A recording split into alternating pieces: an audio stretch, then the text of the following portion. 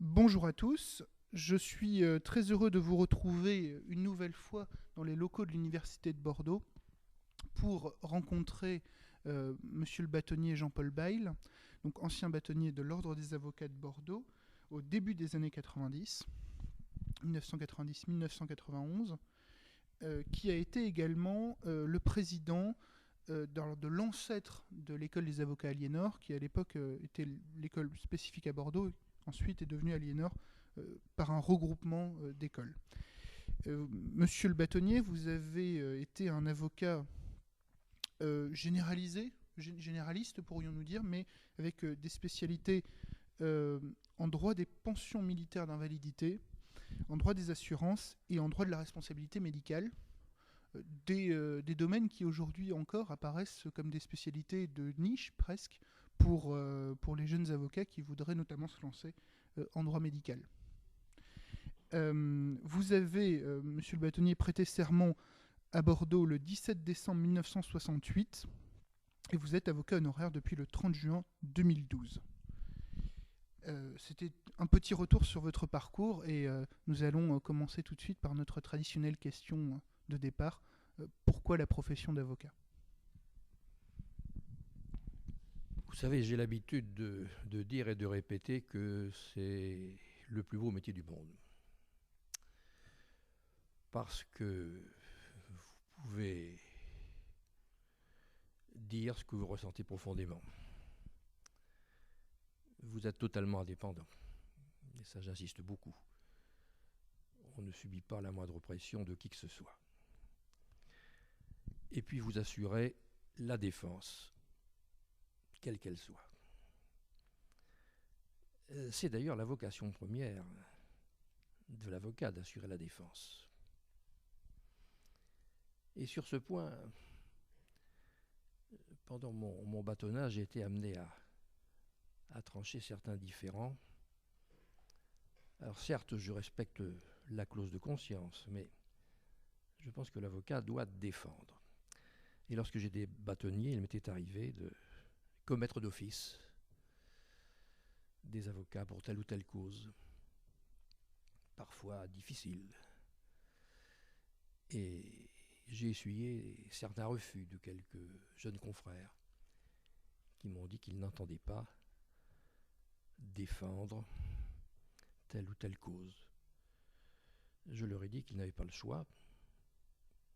Je ne les ai pas menacés de conseil de discipline, mais presque. Mais je leur ai dit que lorsqu'ils ont prêté serment, ils ont accepté de défendre. Et à mon avis, c'est une mission qui est absolue. Il n'y a que dans des cas extrêmes que, bien sûr, le devoir de conscience peut jouer. Donc c'est une profession où je me suis énormément épanoui.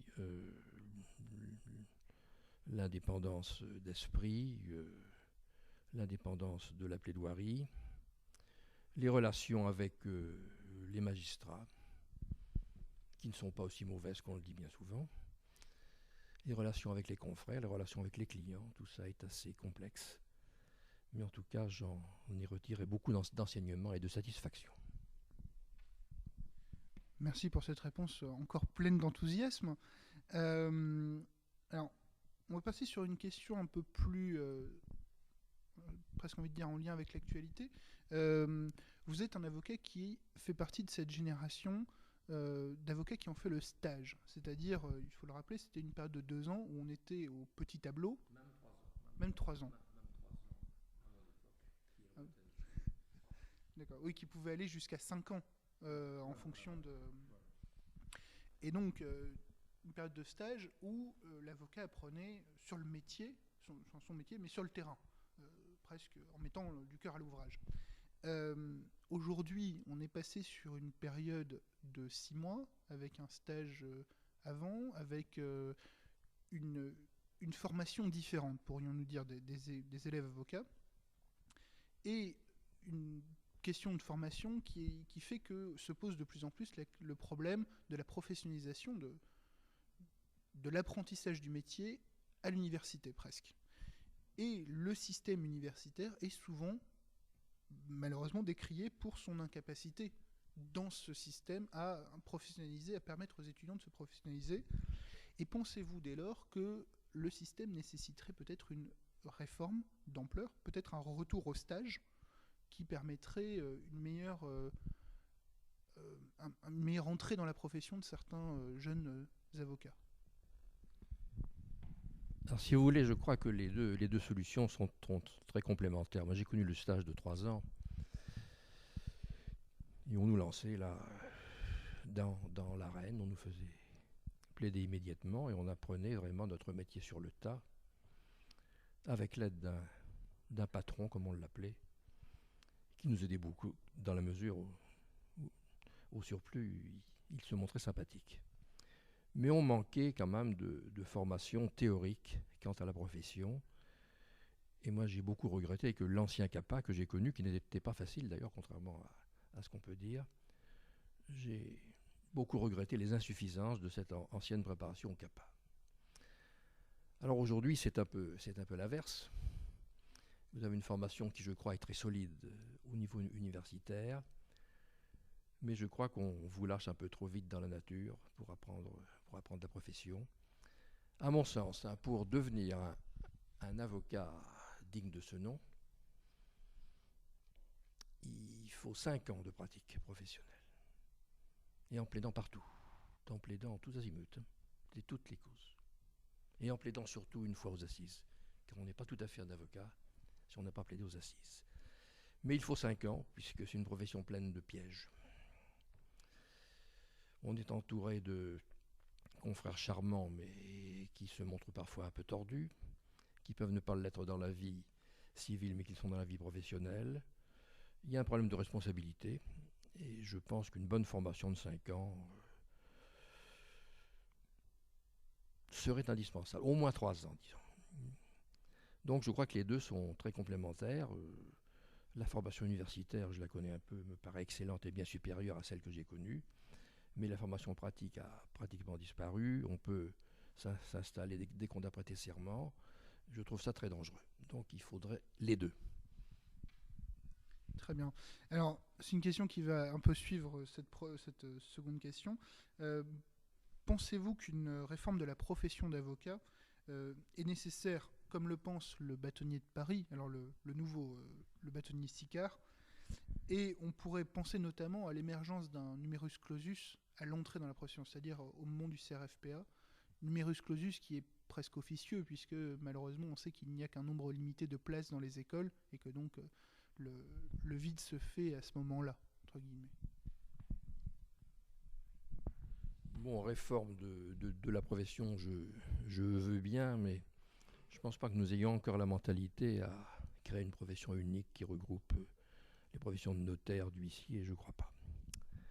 En revanche, je suis farouchement opposé au numerus clausus. C'est une profession difficile où il faut avoir des qualités spécifiques pour réussir. On en parlera tout à l'heure si vous voulez. Eh bien, ceux qui ne réussissent pas, bien, tant pis, ils font autre chose. Mais si on a ces qualités spécifiques pour réussir, il n'y a pas de problème. Si on n'est pas très difficile au début, si on veut être modeste au début, ce que je conseille à tout le monde, on réussit. Et celui qui ne réussit pas, ben, je dirais, c'est un peu dur, mais tant pis pour lui. Mais je ne crois pas que ce soit en instituant un numerus clausus avec des notes théoriques et qui ne jugent pas la pratique. Je ne pense pas que ce soit en instituant un numerus clausus qu'on règle le problème. Alors je sais qu'il y a beaucoup d'avocats qui prêtent serment. Ils le font à leur corps défendant. Il n'est pas sûr qu'ils réussissent. Mais s'ils ne réussissent pas, c'est parce que ces avocats ou ces avocates n'ont pas le tempérament. Alors, nous allons entamer, après cette introduction, première partie sur la profession d'avocat en elle-même, et nous l'abordions dans votre réponse, les principales difficultés de ce métier et corrélativement les qualités essentielles pour être un bon avocat, selon vous, bien entendu. Alors, les qualités essentielles pour être un bon avocat.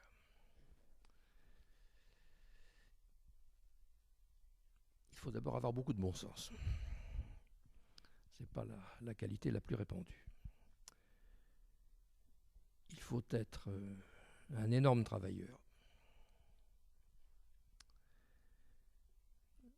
Il faut avoir une santé physique et morale extrêmement solide, car on prend des coups de partout, des clients, des magistrats, des confrères.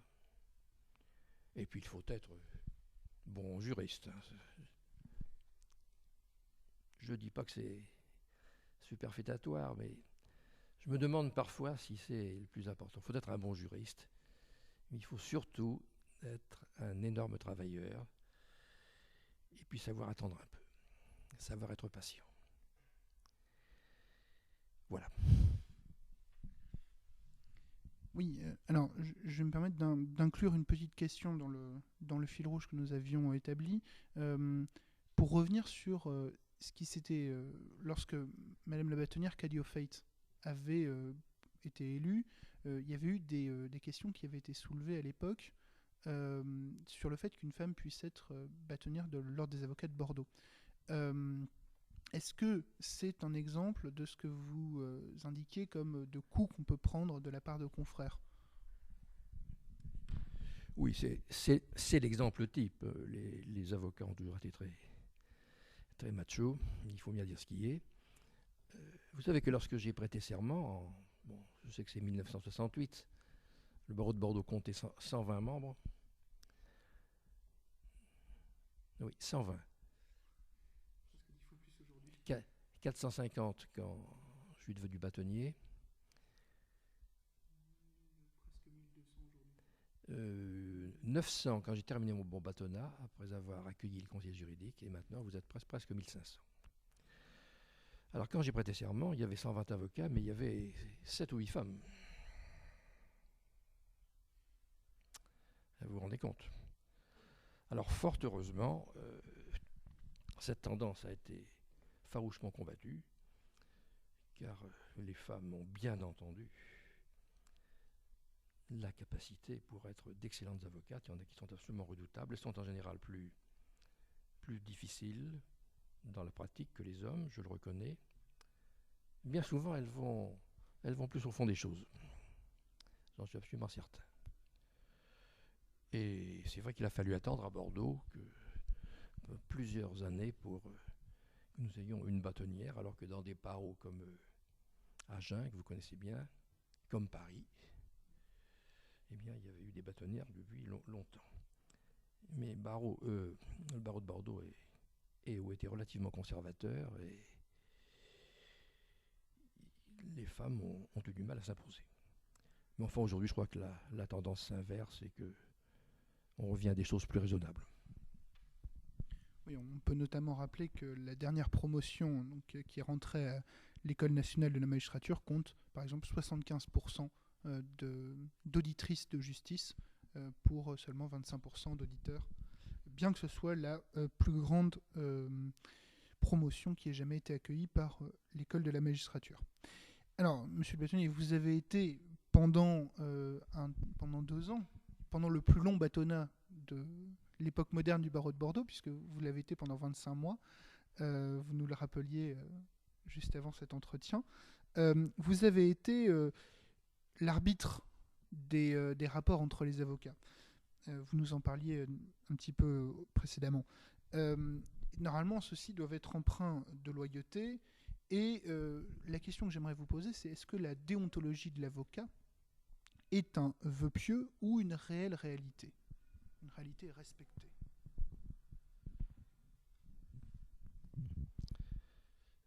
Elle était respectée. C'est une déontologie rigoureuse qui ne souffre pas beaucoup d'exceptions. Vous savez, c'est une profession où on est tenté. On manie des fonds. On fréquente des gens plus ou moins recommandables. Je parle des clients, bien sûr. Certains clients. Si on n'a pas une ligne de conduite extrêmement rigoureuse, ça ne passe pas. Vous savez que pendant très longtemps, le bâtonnier a présidé le conseil de discipline. Actuellement, il y a un conseil de discipline indépendant. Lorsque j'étais en fonction, j'ai donc présidé le conseil de discipline et je pense avoir toujours été juste, mais j'étais relativement sévère. Je n'ai jamais toléré qu'un confrère détourne ne serait-ce que 10 euros de la CARPA pour ses besoins personnels. Pour moi, le confrère qui fait ça mérite la radiation. Alors nous sommes d'une profession qui n'est pas très bien vue, et là on pourra en parler. C'est d'ailleurs la faute des avocats qui ne font pas leur publicité. L'avocat en France a mauvaise réputation, qu'on le veuille ou non, c'est comme ça.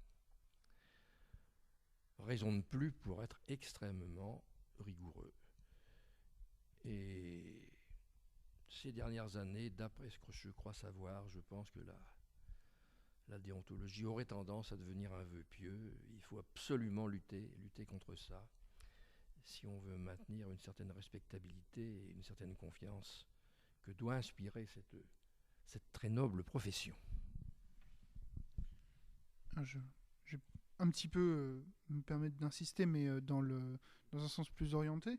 Quel regard portez-vous sur les avocats? Il y a une actualité assez récente là-dessus, qui ont pu se compromettre avec certains de leurs clients. Alors, que ce soit se compromettre dans leurs affaires, mais également personnellement, j'ai envie de dire. Je pense qu'un avocat n'a jamais à se compromettre avec un client. Il y a l'avocat et il y a le client. Alors c'est la limite qui est parfois difficile à trouver, mais là aussi je suis intraitable. Ce que je peux très bien comprendre, bien entendu.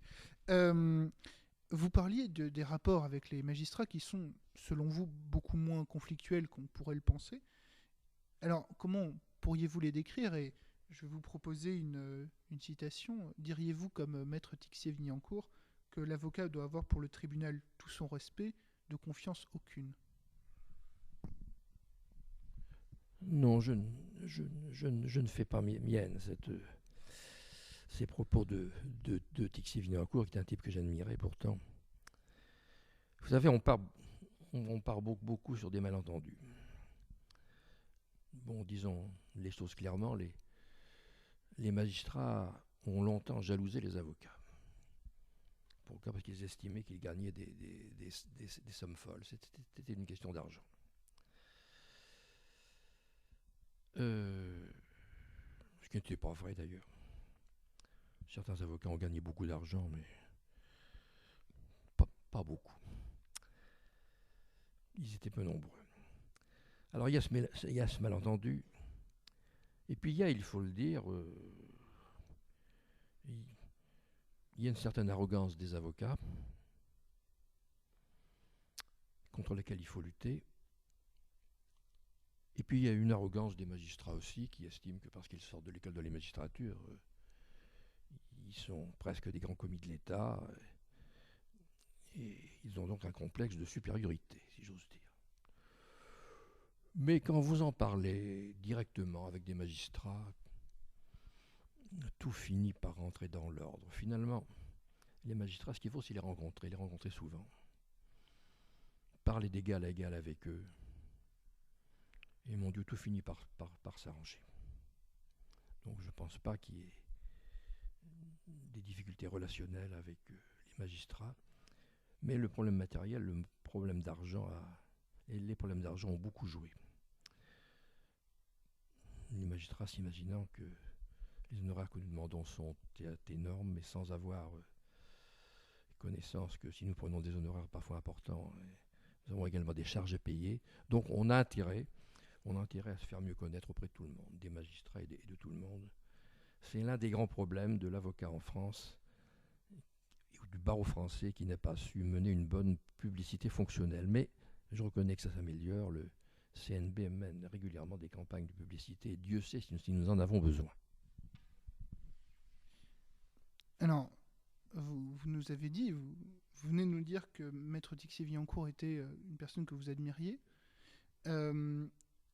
Il a par la suite lâché la robe, entre guillemets, pour entrer en politique. Ça a été une tendance à une époque qui se poursuit encore aujourd'hui, d'un certain nombre de ténors ou d'avocats d'entrer en politique. Et comment expliquez-vous cette implication de la profession, notamment dans les instances législatives?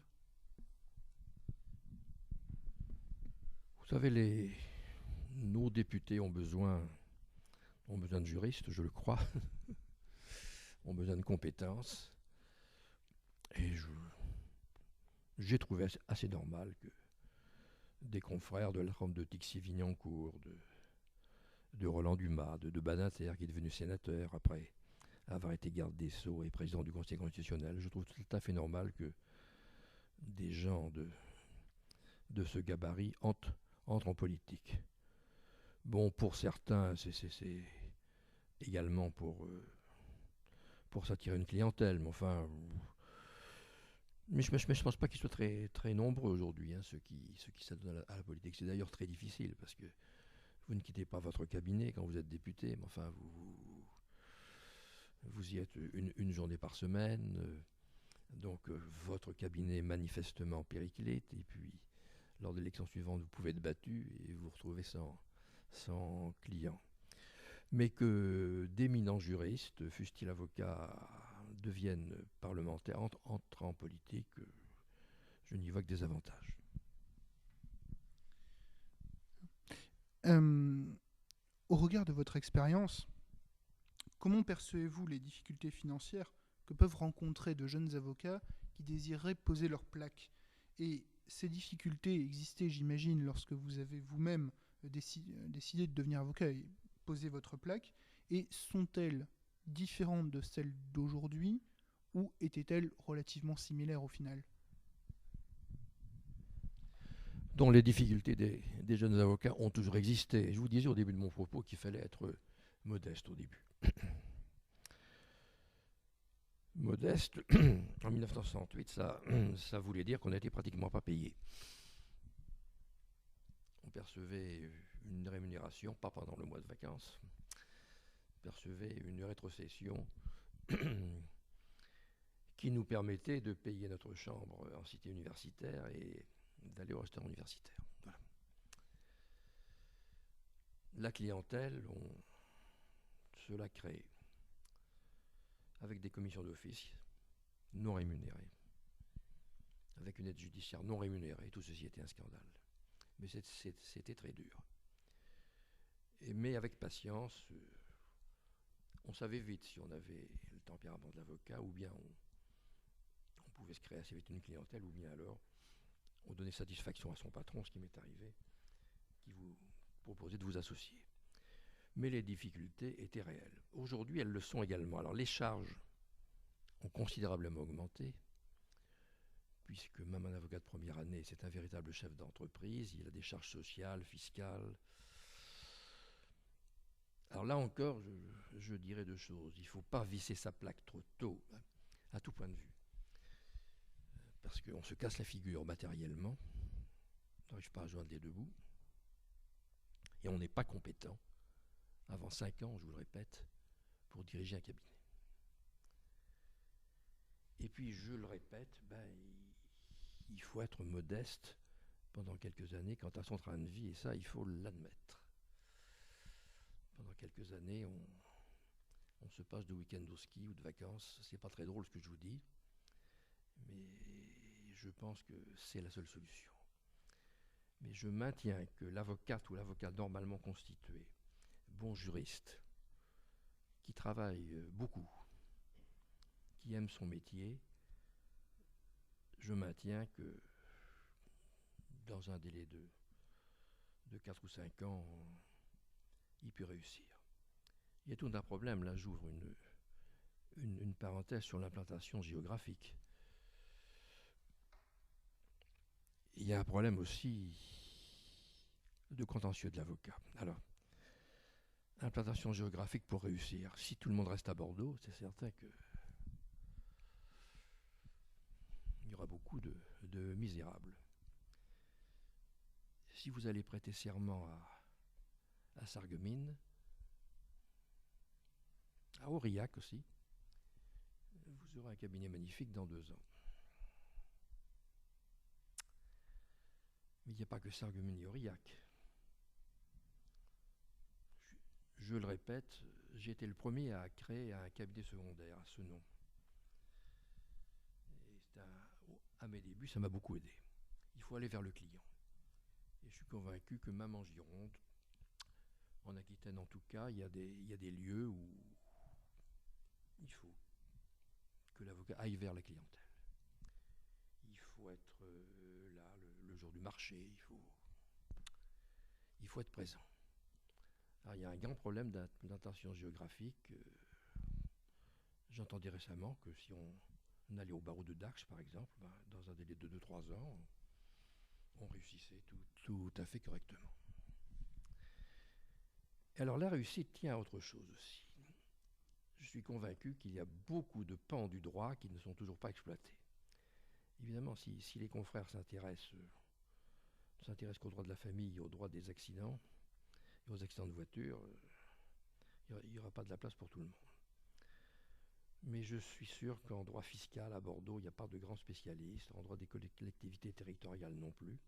On fait appel aux Parisiens, contre lesquels je n'ai rien. Le droit de l'application des peines aussi. Il n'y a pas de spécialistes à Bordeaux. Je pense qu'il y a toute une série de niches, comme vous disiez tout à l'heure, qui ne sont pas exploitées. Et si elles étaient exploitées, je pense que ça aiderait beaucoup d'avocats à réussir. Merci. Alors, nous allons passer à une seconde partie, une deuxième partie, sur l'actualité et l'avenir de la profession d'avocat. Vous êtes vous-même, donc vous nous le disiez, entré à l'époque des événements de 1968, un petit peu après. Pensez-vous que votre génération a engagé une évolution importante de la profession qui se poursuit encore aujourd'hui? Alors, on l'a vu avec la féminisation, par exemple, qui a été très importante suite à votre génération. Oui, la féminisation a été importante. Ce qui a été important aussi, c'est le développement du conseil. Le développement du conseil pour les jeunes générations, il faut s'y engager. Alors la fusion avec les conseils juridiques nous y a aidés. Et sur ce point, je pense que le barreau de Paris a raison d'insister pour qu'il y ait cette fusion. Je pense que c'est une profession qui s'est modernisée. La publicité, alors j'y reviens sur la publicité fonctionnelle. Alors la publicité personnelle a été autorisée, ce qui est une bonne chose, mais à mon avis, elle n'est pas assez contrôlée, parce qu'on voit un peu tout et n'importe quoi. Quand vous lisez les pages jaunes de l'annuaire et que vous voyez certaines spécialisations, c'est parfois surprenant. Mais en revanche, on n'en fera jamais assez sur la publicité fonctionnelle. Pendant mon bâtonnage, j'avais engagé une campagne de communication, avec l'aide de sponsors d'ailleurs, ça fait un peu fait du scandale. Je m'étais fait sponsoriser par des banques, par les échos judiciaires. Et le thème, ça avait été l'avocat, consultez-le avant. Et il y avait des visuels qui étaient intervenus dans les rues de Bordeaux. Et il y a eu deux campagnes de 15 jours. Je ne sais pas si c'est pour un révolutionnaire à l'époque, mais je crois qu'on n'en fera jamais assez. Bon, si vous allez aux États-Unis ou en Allemagne, toute personne a un avocat. Vous les signez un bail, vous commencez par aller voir votre avocat. Chez nous, enfin, ça a peut-être un peu évolué, mais on a tendance à venir nous voir quand tout est foutu, quand il y a le feu, quand il y a un procès qui menace. Non, il faut venir nous voir avant. Et ce changement de mentalité a été entamé par les générations d'avocats que j'ai connus et qui m'ont suivi, mais on n'est pas encore allé assez loin. Il faut mettre les gens en confiance et il faut que les gens aiment les avocats et ne les prennent pas nécessairement pour des menteurs à gages. Oui, effectivement. Vous faites également partie de cette génération d'avocats qui a connu la période des procès pour crimes contre l'humanité. On pense notamment au procès Papon ici ou au procès Barbie à Lyon. Et des derniers procès aboutissant à la peine de mort, qui a été, je le rappelle, interdite en 1981. Quels sont les moments judiciaires qui vous ont particulièrement marqué dans votre carrière d'avocat? voulez dire à l'échelon général, hein, tel que pas, pas, pas dans ma carrière. À l'échelon général, il y a eu l'abolition de la peine de mort. Et puis le procès Barbie qui m'a beaucoup marqué, car c'était vraiment la première fois en France qu'on jugeait un crime contre l'humanité, et j'en ai gardé un souvenir très fort. Mais l'abolition de la peine de mort a quand même été essentielle. J'ai encore en tête la plaidoirie de Badinter pour le procès de Patrick Henry, où les Français étaient montés les uns contre les autres, les abolitionnistes et les non-abolitionnistes. Et quand Badinter a évité qu'on ne tranche la tête de Patrick Henry, je crois que c'était un pas énorme. Et ensuite, bien sûr, il a été le maître d'œuvre de cette fin de barbarie. Vous nous avez parlé du procès Barbie. Que pensez-vous, qu'avez-vous pensé en tant qu'avocat de la stratégie de rupture, de la défense de rupture que pratiquait Jacques Vergès? Et pensez-vous qu'aujourd'hui, ces stratégies-là qu'il appliquait pourraient être encore utilisées? C'est peut-être une question de tempérament, je n'ai jamais été un farouche défenseur de la défense de rupture. J'ai toujours préféré la défense de connivence. Je ne crois pas que ce soit toujours la bonne méthode. Badinter pratiquait la défense de connivence et il a aussi bien réussi que Vergès. Ceci dit, j'ai gardé un très fort souvenir de Jacques Vergès, qui était un avocat de grande qualité, qui se faisait payer des honoraires importants, mais qui était capable de venir faire une conférence sans se faire payer. C'était un homme généreux, provocateur, c'est le moins qu'on puisse dire, mais qui avait un énorme respect de la déontologie, qui d'ailleurs n'a jamais eu le moindre problème déontologique avec le barreau de Paris. Jacques Vergès, malgré ses excès et ses outrances, un très grand monsieur. J'avais également eu un témoignage très similaire du bâtonnier Lecoq qui m'avait dit que ça avait été l'un des confrères les plus loyaux qu'il avait eu la joie de rencontrer pendant sa carrière. Alors, vous nous avez parlé de la féminisation de la profession. Aujourd'hui, nous sommes presque à l'équilibre, il me semble, entre les avocats et les avocates au barreau de Bordeaux. Et vous nous avez également parlé de la masse très importante de personnes qui étaient rentrées dans la profession lorsque vous étiez vous-même bâtonnier, avec l'accueil des anciens conseils juridiques, puisque le barreau de Bordeaux avait doublé. Il a pratiquement doublé. Voilà, pratiquement doublé durant votre période de bâtonnat. Et est-ce que vous pouvez nous expliquer comment est-ce que vous avez géré ces deux mouvements, c'est-à-dire l'explosion du nombre d'avocats et en même temps la féminisation de la profession, et les difficultés que ça a pu entraîner, les difficultés nouvelles que ça a pu entraîner s'il y en a eu? Alors si vous voulez, la fusion avec les conseils juridiques, tout d'abord, la loi nous a imposé cette fusion. Pendant un an avant la fusion, je me suis réuni hebdomadairement avec le président de la commission des conseils juridiques, qui était M. Régis Lassable, l'ancien directeur de FIDAL, un personnage de grande qualité d'ailleurs. Et ça s'est passé dans les meilleures conditions. Mais je dois avouer que dès 1992, les conseils juridiques sont donc devenus avocats, mais ces deux professions sont quand même restées parallèles. C'était comme deux rails, si vous voulez, qui ne se rejoignent jamais. Les conseils juridiques sont restés conseils juridiques, les avocats. Il a fallu que les nouvelles générations s'intéressent aux conseils et que les conseils s'intéressent à la plaidoirie pour qu'on arrive aujourd'hui quand même à une profession, je dirais, plus amalgamée. Mais ce sont deux professions qui sont quand même restées longtemps très très parallèles, tout en s'entendant très bien, puisque nous sommes des gens bien élevés. Mais je ne saurais trop conseiller aux jeunes avocats de s'intéresser au conseil sans pour autant délaisser la plaidoirie. Non, je pense vraiment que l'avenir, c'est la nouvelle profession d'avocat, regroupant les professions d'avocat et de conseil juridique. Alors la féminisation, je n'y vois que des avantages. La difficulté, c'est que il faut beaucoup travailler, et les femmes travaillent en général plus que les hommes. Mais la femme peut être soumise à des problèmes, pas des problèmes d'ailleurs, de maternité, de garde d'enfants, car qu'on le veuille ou non, les hommes ont beau être disponibles, aujourd'hui je pense que les femmes sont quand même beaucoup plus prises par ces contingences matérielles. Et là, il faut trouver un équilibre. De ce point de vue-là, le salariat a été un plus. Qu'on soit très bien qu'une femme adore la profession et désire être salariée pour être libre plutôt le soir.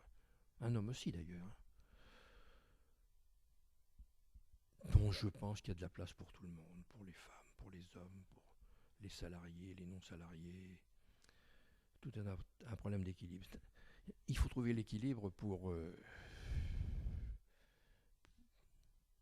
conserver une vie privée aussi. Je vous disais qu'il fallait beaucoup travailler, mais enfin, j'ai vu beaucoup de couples se détruire dans cette profession.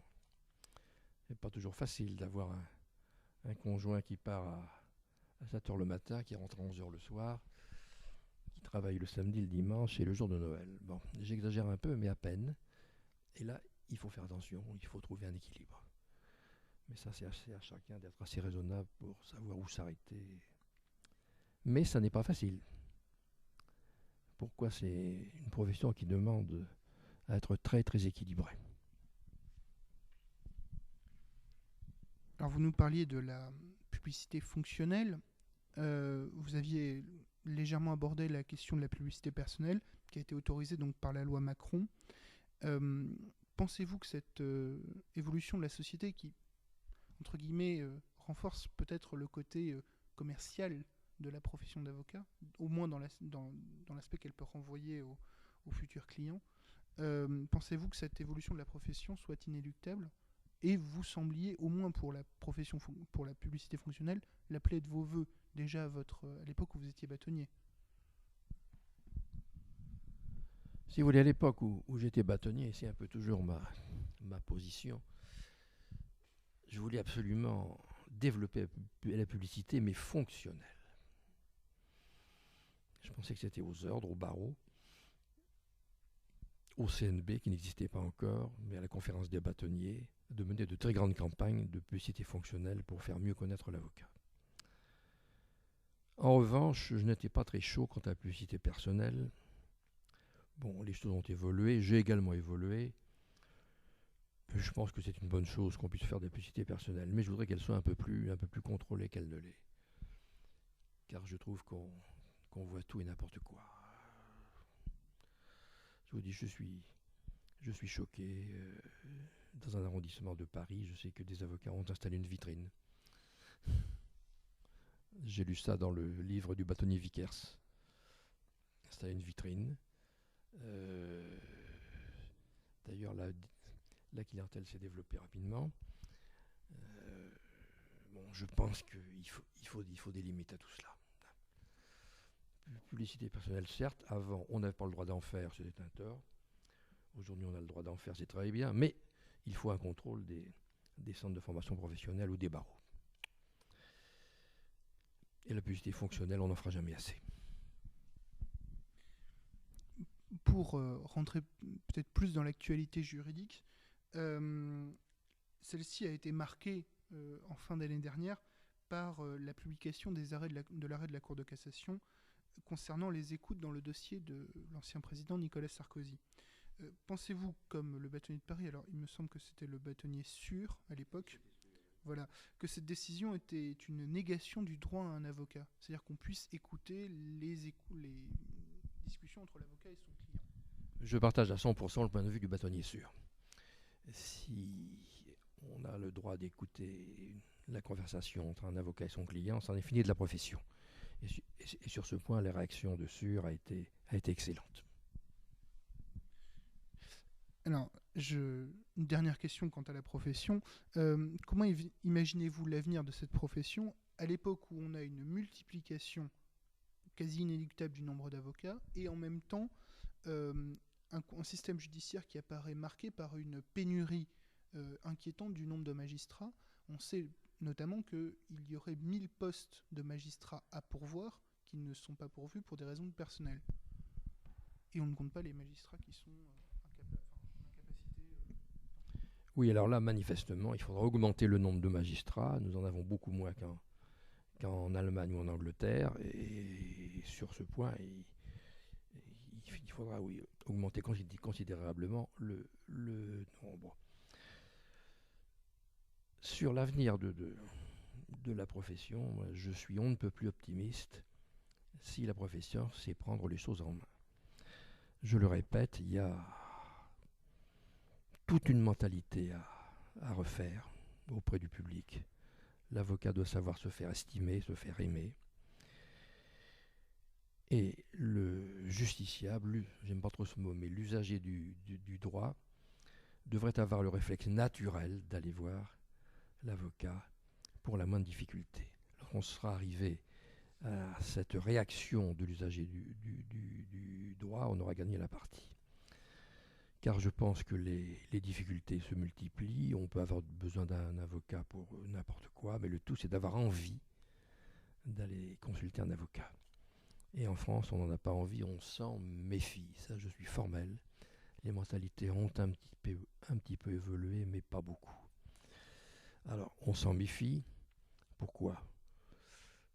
Parce que, d'abord, on nous prend toujours pour des menteurs à gages, c'est un peu vrai.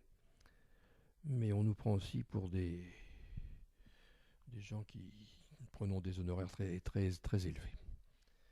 Ça, c'est l'un des points essentiels d'achoppement. Et sur ce point, on a intérêt à être également très transparent. L'avocat a le droit de prendre des honoraires élevés, il y a des charges à payer, il a le droit de très bien gagner sa vie, mais il faut l'expliquer. Bon. Un cabinet d'avocats aujourd'hui ne tourne pas à moins de 50 ou 60% de charges, il faut le dire. Il faut le faire savoir. Tout est un problème de communication. Par rapport à l'avenir de la profession, sur la fin de votre activité professionnelle, vous avez connu la fusion entre les avoués en cour d'appel et les avocats. La disparition de la profession d'avoué a été pour certains une mauvaise chose parce que c'était des spécialistes incontestés de la procédure d'appel. Alors à l'époque où en plus il y avait une réforme de la procédure d'appel qui aurait peut-être rendu cette profession encore plus nécessaire. Qu'est-ce que vous en pensez ? Non, alors je ne taille pas toujours des couronnes de laurier au président Sarkozy, mais je lui essayerai d'avoir supprimé les avoués. Ça, je vous le dis comme je le pense, les avoués de cour d'appel étaient des gens sympathiques mais inutiles. La procédure, l'avocat peut très bien la faire. Et là, je vais être méchant, mais il servait surtout à se faire payer des états de frais qui étaient considérables. Donc, je me suis félicité de la suppression de la profession d'avoué qui n'était plus justifiable. Non, mais je vous remercie pour votre réponse très franche.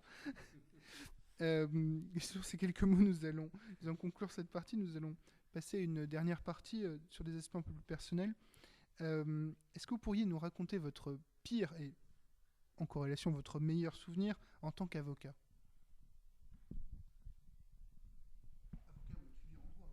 Alors, je vais commencer par le pire souvenir en tant qu'avocat. Vous savez, il y a des bruits qui courent que les avocats sont des menteurs. Je vous dirais que je n'ai jamais eu l'impression de mentir. Une seule fois, mais je vais y venir. L'avocat est le porte-parole de son client. Il a un jeu de rôle, sauf que c'est pour la réalité. Donc je me suis toujours fié à ce principe que l'avocat ne mentait pas. Je n'ai jamais eu l'impression de mentir, sauf une fois. C'était à 5 ou 6 ans de ma retraite. Un personnage m'avait demandé de le défendre devant la cour d'assises. On l'accusait d'avoir violé la petite fille de sa compagne qui avait 10 ans. Alors cet homme m'a convaincu de son innocence pendant toute l'instruction, jusqu'à la date de l'audience, où bien sûr je devais plaider l'acquittement. Et pendant l'audience, je me suis aperçu qu'il mentait, et qu'il m'avait menti. Et j'ai donc dû plaider l'acquittement, en sachant que j'étais de mauvaise foi.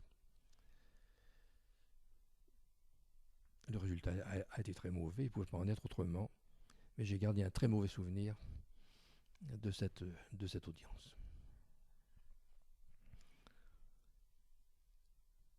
Mon meilleur souvenir,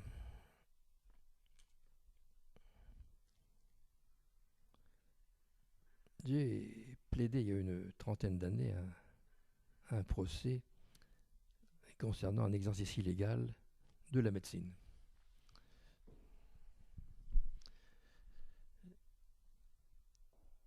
C'était une dame qui n'avait pas pu avoir son bac, ça peut arriver, n'avait pas fait d'études supérieures par définition, mais qui avait le virus de la médecine.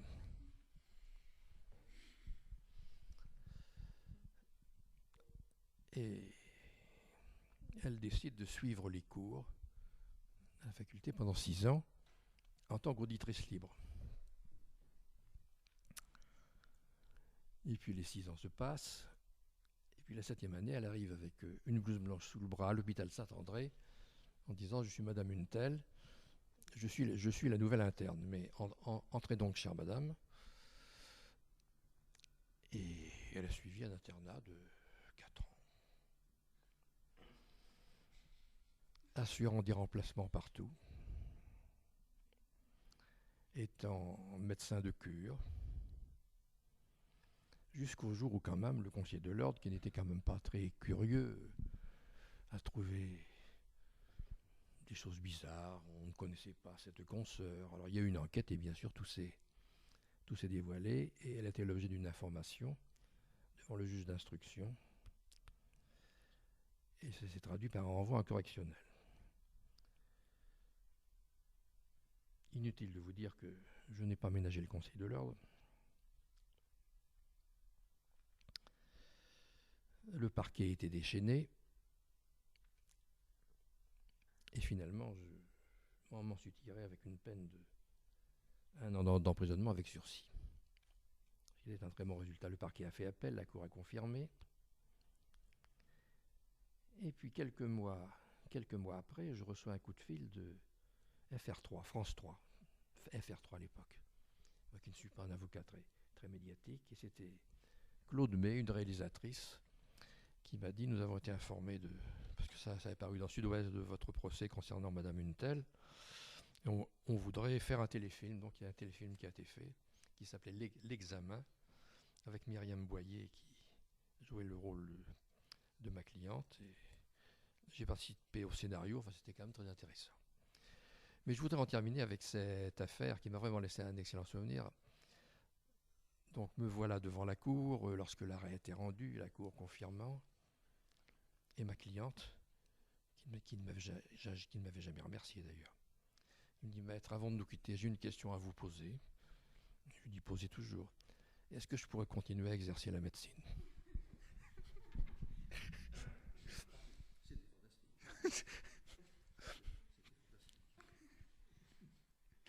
Est-ce que vous pouvez juste nous dire si vous vous en souvenez qui jouait votre rôle dans le... Ça allait peut-être pas jusqu'au procès? Si, on voyait l'avocat, mais...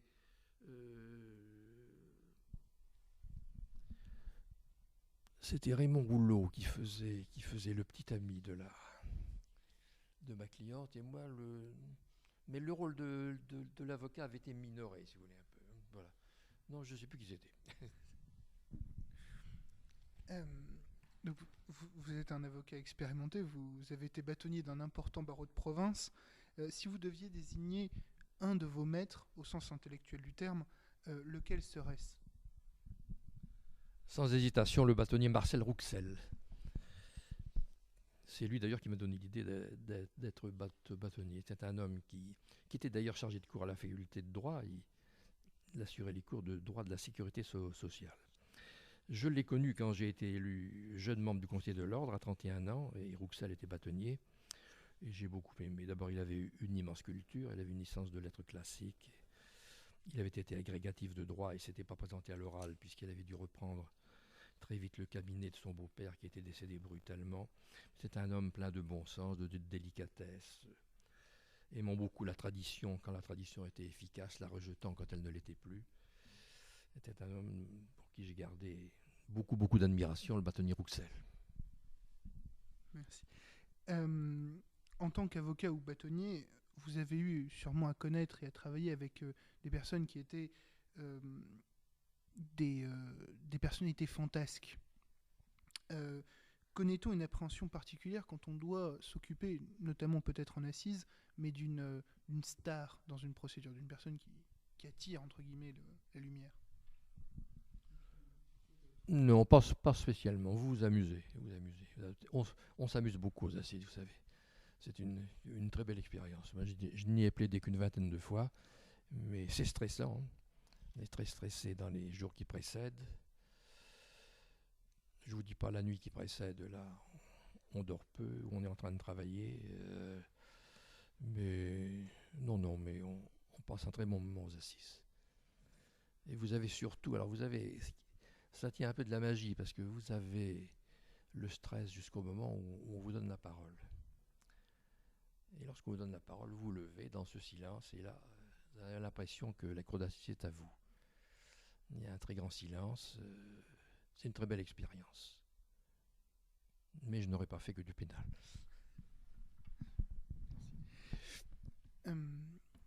Qu'est-ce qui vous enthousiasme encore aujourd'hui?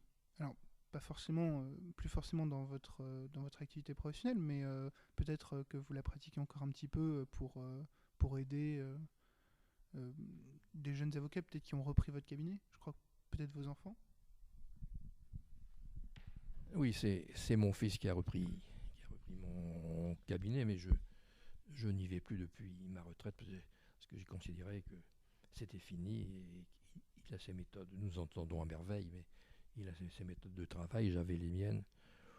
Ce qui m'enthousiasme, c'est la défense. Voilà, défendre les gens et défendre n'importe qui. Voilà, la défense. Alors j'ai mal vécu, pour tout vous dire, ma première année de retraite. Ma femme aussi d'ailleurs, qui était avocate avec moi, nous avons exercé tous les deux. Nous avons mal vécu notre première année de retraite. Et puis après, bon, j'ai encore des activités annexes. Je siège comme juge à la commission des accidents médicaux, par exemple, ce qui est très, très intéressant. Et puis j'ai encore des activités à Paris, à la NAFA, à l'association des avocats honoraires. Mais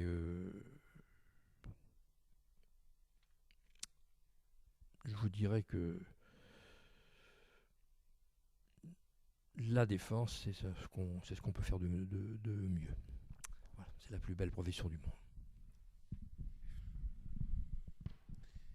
Alors, vous l'avez abordé, la question de la vie privée, de l'adéquation entre la vie privée et la vie professionnelle. Vous venez de nous dire que votre épouse était elle-même avocate, que votre fils avait choisi la profession d'avocat. J'imagine que lorsqu'il vous a dit qu'il voulait devenir avocat, vous avez dû sûrement lui donner des conseils pour rentrer pour cette profession et peut-être pour arriver à une adéquation entre la vie privée et la vie professionnelle. Est-ce que vous pourriez nous en parler un petit peu pour trouver un équilibre? Oui, mais cet équilibre, il faut manifestement le trouver. Alors, je vous le disais, il faut beaucoup travailler. Bon, enfin, on peut arriver aussi à mener une famille, à mener une vie de famille. Bon. Il faut éviter les pertes de temps, il faut éviter les moments d'inutilité, je dirais. Il faut surtout avoir un consensus familial. Il faut avoir une famille qui vous comprenne. Moi, j'ai eu la chance d'avoir mon épouse avocate. Elle connaissait mon emploi du temps. Elle était avocate également. Alors, je vous dis pas que quand j'étais bâtonnier, là où on travaillait 18 heures par jour entre le bâtonnat et le... Mais mes enfants, j'ai toujours essayé de me préserver certaines plages qui étaient sacrées. Et ça, il faut être impitoyable. Les vacances, pas souvent le samedi, mais le dimanche, des moments privilégiés. Le matin, je partais tôt à mon cabinet, j'accompagnais mes enfants à l'école. On peut trouver un équilibre. Mais si on ne le trouve pas, la vie familiale ça ressent. C'est peut-être la profession où il y a le plus de séparation et de divorce, hein. Il faut le savoir. Donc on a intérêt à avoir un consensus familial, à avoir un conjoint qui comprenne vos problèmes. Il y a un effort à faire, mais on y arrive. On y arrive. Il faut être équilibré et avoir du bon sens. Enfin, une question traditionnelle que nous posons toujours en dernier, quelle a été l'influence, et quelle est encore aujourd'hui l'influence de vos études juridiques et de votre profession? Vous nous avez parlé de cette passion de défendre sur votre personnalité. Est-ce que c'est votre personnalité qui vous a amené à choisir cette profession, ou est-ce que c'est vraiment cette profession qui aussi a influencé sur votre personnalité? C'est manifestement la profession qui a influencé sur ma personnalité, je le crois. Je dois tout à cette profession. Voilà.